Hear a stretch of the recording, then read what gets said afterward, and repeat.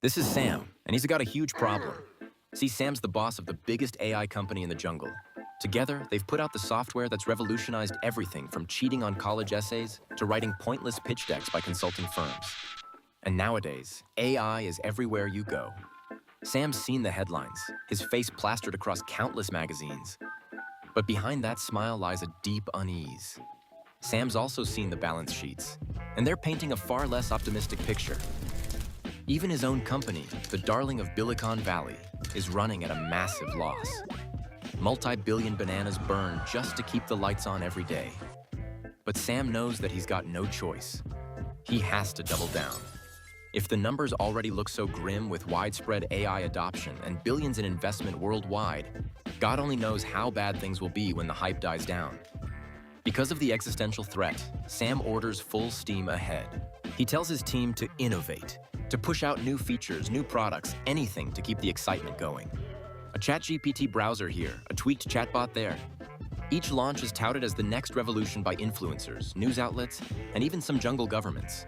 But under the hood, it's all starting to look the same. ChatGPT 4 and 5, for example.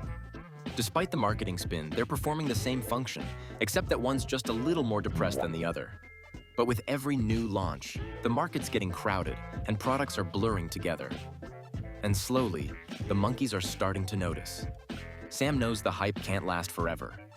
And when it fades, will AI have built anything real enough to justify the hundreds of billions invested? Or is this all just another bubble waiting to burst? This is the AI bubble explained. So, let's take a look at the state of the AI market. Hey, looking good, right?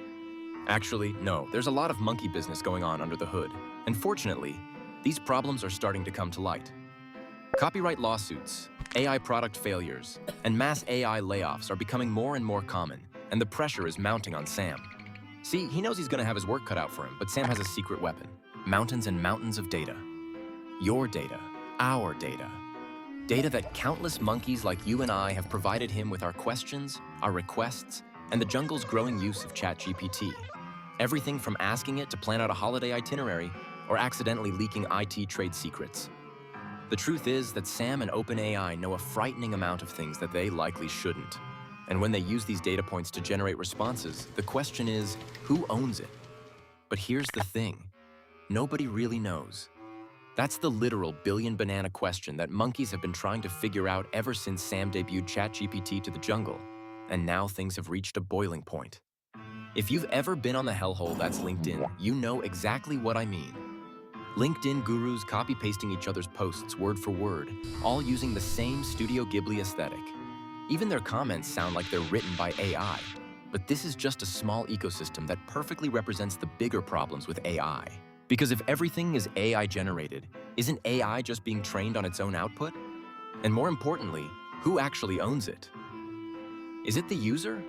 Sam? OpenAI? The AI itself? No one knows, but a lot of monkeys care, a lot, about their original works. Because recently, a wave of lawsuits has hit the AI industry over copyright infringement. The most high-profile is the New York Times versus OpenAI and Microsoft, where the Times alleges its articles were used without permission to train ChatGPT. And it's not just the news space. Authors are suing OpenAI and Meta for using their books as training data, and music publishers are suing Anthropic for scraping lyrics to train its Claude chatbot. And here's where things get even messier. Most monkeys have no idea how much of their own work is being swept up into these AI models. If you're a creator, a student, or a professional, it's worth actually reading the terms of service for these popular AI tools. Spoiler alert, a lot of them reserve the right to use your uploads and prompts to improve their models, which means your work could end up as someone else's training data without you ever knowing. So if you've ever uploaded a resume, a rough draft of an assignment, or a PowerPoint pitch deck for your boss, chances are that an AI is out there feasting on your work for their next update.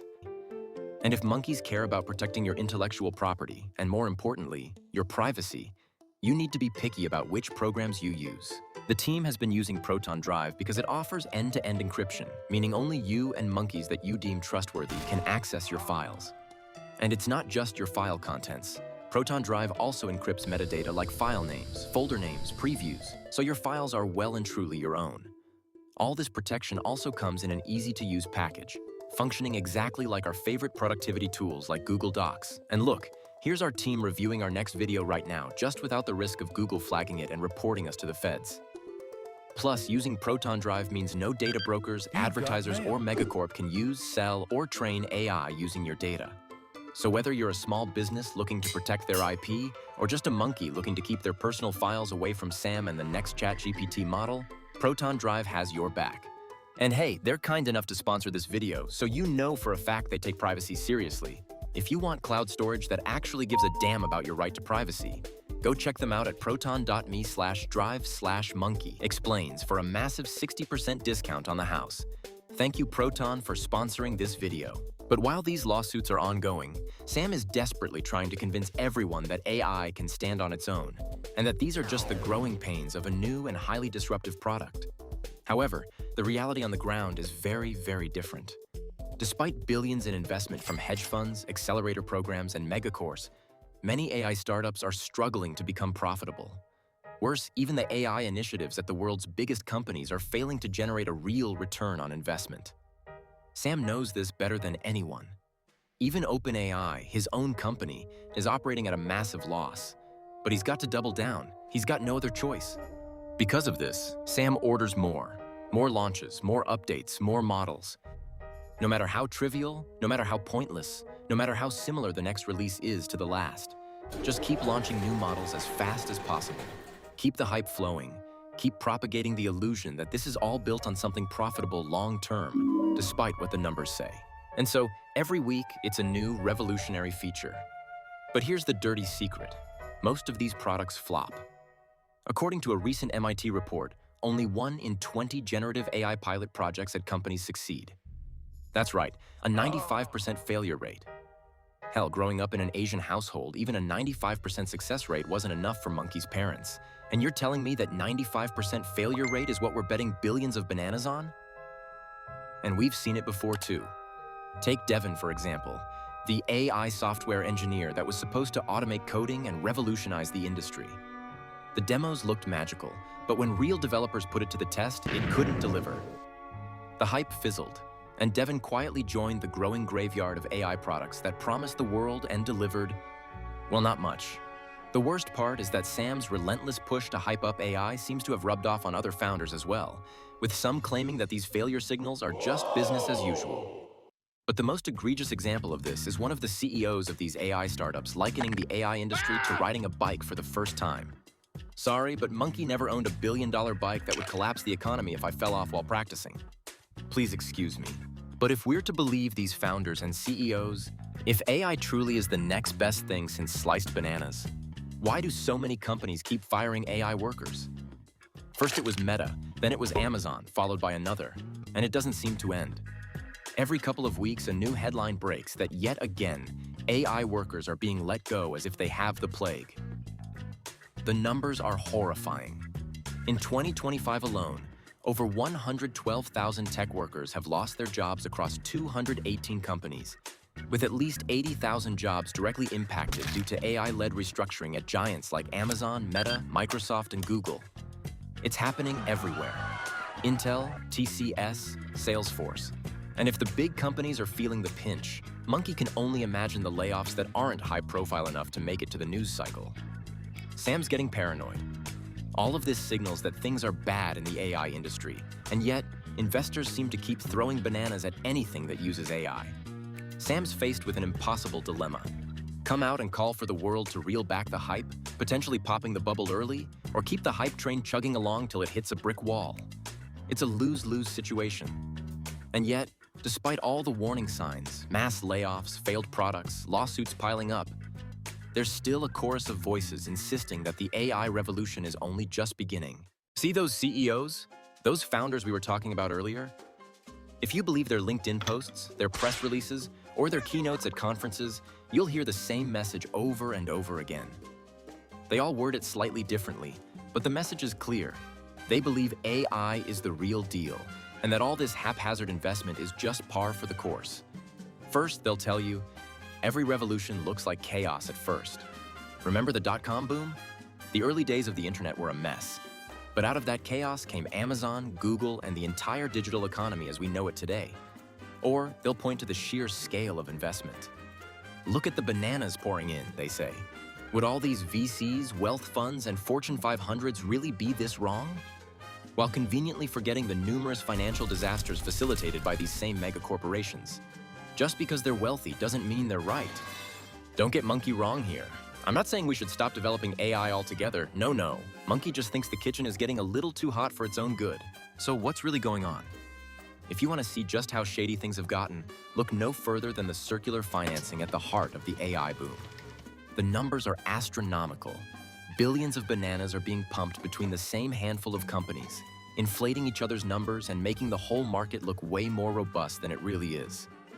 Here's how it goes. NVIDIA invests billions of bananas into OpenAI. Sam then takes these bananas and buys NVIDIA's GPUs. And like a rotten onion, there's layers to this too. NVIDIA also owns part of CoreWeave, a cloud service provider that buys a lot of NVIDIA's GPUs. And can you guess who are CoreWeave's biggest customers? None other than Sam, OpenAI, and other AI startups. Oh, and don't forget that NVIDIA also buys cloud capacity from CoreWeave. See the pattern here? Monkey is tired of this bullshit, but it doesn't stop there. We're not even halfway through Dystopia Town yet.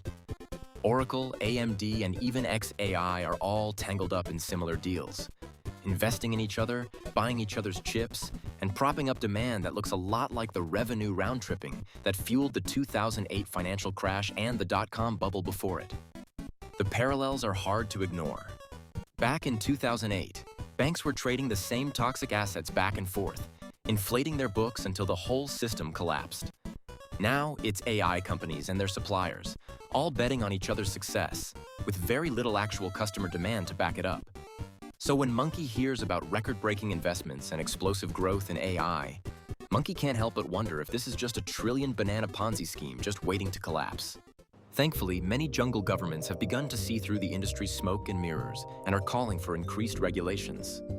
Experts are calling for reduced investment and a slowdown in model development, warning that the AI arms race is moving faster than our ability to control it. From the EU Forest's sweeping AI Act to rumblings of federal regulation of AI in the US jungle, the message is clear. Maybe it's time to put the brakes on before the whole jungle goes up in flames. Even some of the loudest voices in tech are now urging caution, at least when the cameras are rolling. At the very least, it seems that the Kool-Aid is wearing off, but on the other side, big tech is feeling the pressure. Sam's feeling the heat more than ever. If only these damn reporters would stop asking questions about OpenAI's revenue numbers.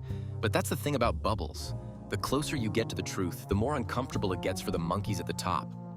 When the story was all about limitless growth, Sam was happy to talk. Now, with the spotlight on the actual numbers, the answers are getting shorter, the smiles more forced. And before we know it, Sam's off to the races once more to showboat for more hype for AI. The question is, how long more before the masquerade finally ends? And if consumer demand can't sustain AI at the peak of its hype, how can they hope to survive when the hype dies out? So the next time you see Sam, or any of these other CEOs and startups peddling AI as a product that can do no wrong, you know what's going on behind the scenes. If any monkeys are confused, just remember that this is a simple satirical explainer about the AI industry. Please do not sue Monkey, and many thanks to the Banana Republic for generously bankrolling and funding these videos. Have a good one, and we'll see you in the next one.